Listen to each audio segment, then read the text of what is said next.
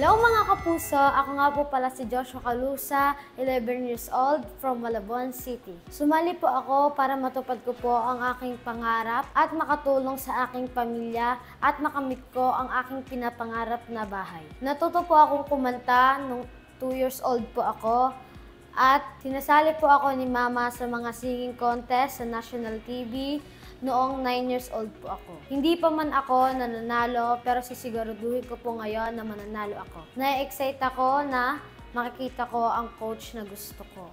Excited ako na makita ang coach na gusto ko at iniidolo kong si Stel. Mga kapuso, abangan niyo po ako sa laban ko. Bye-bye!